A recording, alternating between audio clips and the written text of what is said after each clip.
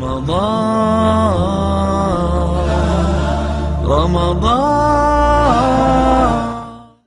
بسم الله الرحمن الرحيم. السلام عليكم ورحمة الله وبركاته. الحمد لله رب العالمين. الصلاة والسلام على نبينا محمد وعلى آله وصحبه ومن تبعهم بإحسان إلى يوم الدين. Amma ba'd. Tanpa terasa bulan Ramadan telah mencapai ujung titik nadirnya. Itu menandakan bahwasannya dinding pemisah antara kita dan bulan Ramadan pun telah mendekat. Lalu yang muncul dalam pikiran kita adalah sebanyak apa bekal yang telah kita siapkan di bulan suci ini, bekal yang kita perlukan untuk di hari akhirat kelak. Padahal di bulan ini dari banyak hadis Rasulullah Sallallahu Alaihi Wasallam menunjukkan bahwasanya bulan ini merupakan bulan yang tepat untuk kita mengumpulkan banyak bekal untuk kehidupan kita di akhirat kelak. Di antaranya hadis dari sahabat yang mulia Abu Hurairah radhiyallahu taala anhu bahwasannya Rasulullah Sallallahu Alaihi Wasallam bersabda, "Man shoma Ramadhana imanan wahtisaban ghufira lahu ma taqaddama min dhanbihi." Hadis rawahu al-Bukhari wa Muslim. Jadi bahwasanya dari Abu Hurairah radhiyallahu taala anhu bahwasanya Rasulullah SAW bersabda, barang siapa yang berpuasa bulan suci Ramadan dengan murni hanya karena keimanan dan hanya mengharapkan ridha Allah Azza wa Jalla, maka akan diampuni segala dosanya yang telah lalu. Kalau di riwayat lain dikatakan man qoma Ramadhana imanan wa ihtisaban ghufira lahu ma taqaddama min dzambik. Nah, hadis yang mirip tapi berbeda di kata man qoma. Jadi barang siapa di sini digunakan man qoma, barang siapa yang berdiri, kata para ulama artinya berdiri untuk mengerjakan salat qiyamul lail atau di bulan Ramadan itu salat tarawih, maka akan diampuni dosanya yang telah lalu. Nah, kemudian di hadis lain dikatakan bahwasannya man qama ma'al imam hatta yansarif kutiba lahu salatul lailah. Nah, hadis ini diriwayatkan oleh Al-Imam Tirmidzi wan Nasa'i dan Imam Ahmad dan Al-Imam Ibnu Majah. Jadi hadis ini mengatakan bahwasannya barang siapa yang salat bersama imam, artinya salat malam, salat tarawih bersama imam sampai selesai katanya, maka dihitung pahala sholat seperti sholat semalaman suntuk. Maka Imam Tirmidzi berkata bahwasanya hadis ini sahih. Kemudian di riwayat lain dikatakan bahwasannya Rasulullah SAW bersabda, innar rajul idza qama ma'al imam hatta yansarif kutiba lahu baqiyatul lailatihi. Jadi bahwasannya Rasulullah SAW bersabda, apabila seorang sholat tarawih bersama imam sampai akhir, artinya dia tidak keluar di tengah-tengah, maka dihitung pahala sholat di sisa malamnya. Hadis ini diriwayatkan oleh Imam Ahmad dan disahihkan oleh Syekh Shu'aib Al-Arnaud, dan Syekh Shu'aib Al-Arnaud berkata bahwasannya hadis sahih sesuai dengan syarat Muslim. Kemudian mungkin sebagian orang bertanya, mengapa diutamakan membaca Quran di bulan suci Ramadan?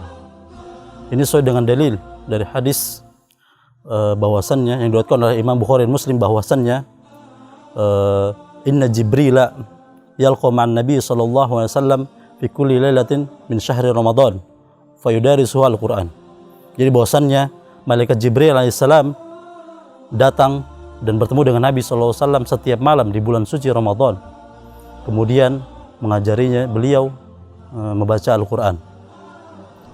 Nah, dari sini para ulama berpendapat bahwasannya ini merupakan hadis yang berisi keutamaan membaca Al-Quran di bulan Ramadan. Kita jika ingin melihat bagaimana para ulama terdahulu bagaimana mengisi bulan Ramadan, mereka mengisi banyak di dalam Al-Quran. Contohnya beberapa yang disebutkan dari riwayat Al-Imam Al-Qatadah bahwasannya beliau di bulan Ramadan menghatamkan Al-Quran sebanyak 30 kali. Dan kemudian di luar Ramadan sebanyak 3 hari sekali. dan bahwasannya dari riwayat yang disebutkan bahwasanya Al-Imam Asy-Syafi'i rahimahullahu taala beliau menghatamkan Al-Qur'an setiap 30 hari.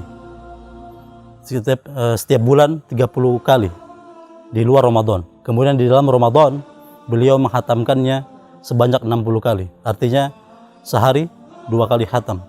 Kita lihat bagaimana para ulama terdahulu mereka menghabiskan waktu untuk membaca Al-Quran di bulan suci Ramadan.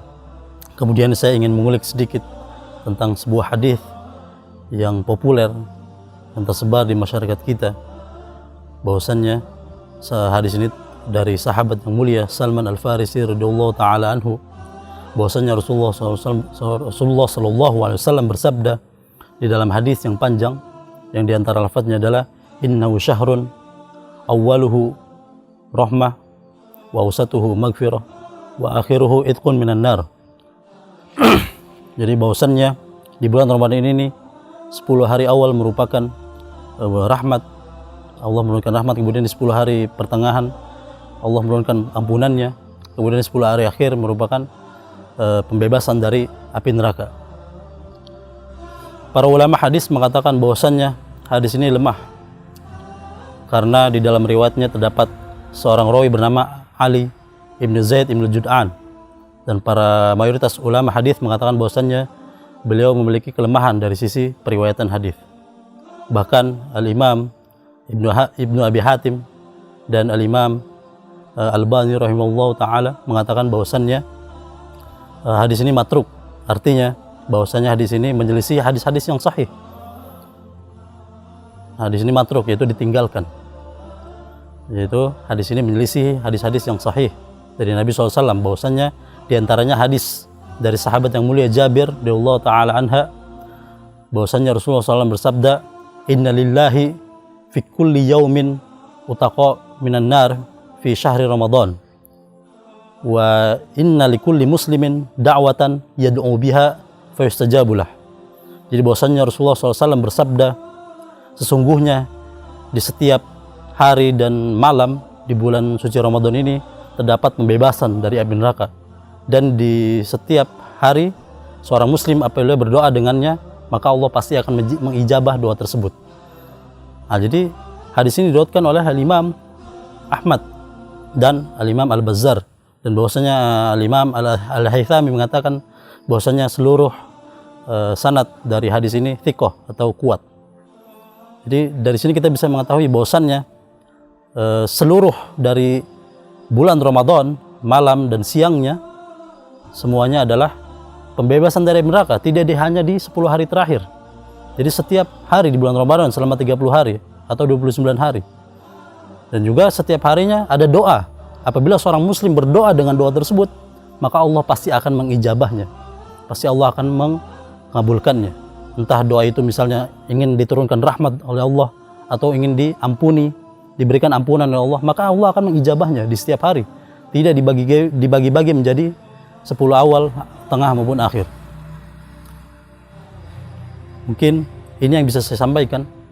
Semoga Allah menjadikan kita orang-orang yang tidak merugi di bulan Ramadan ini, yaitu orang yang meninggalkan Ramadan, yaitu diampuni segala dosa-dosanya, dan menjadikan Ramadan kali ini membuat kita mendapatkan bekal yang banyak dan mengamalkan hadis-hadis keutamaan Ramadan, diantaranya hadis-hadis yang saya sampaikan tadi. Dan semoga Allah menjadikan kita orang-orang yang mendapatkan kemuliaan di bulan suci Ramadan ini sampai pada hari akhirat kelak, insyaallah. Semoga bekal ini menjadi pertolongan bagi kita untuk mendapatkan pahala yang banyak dan menjadi timbangan yang berat di hari akhirat nanti. Wabillahi taufiq wal hidayah. Wassalamualaikum warahmatullahi wabarakatuh.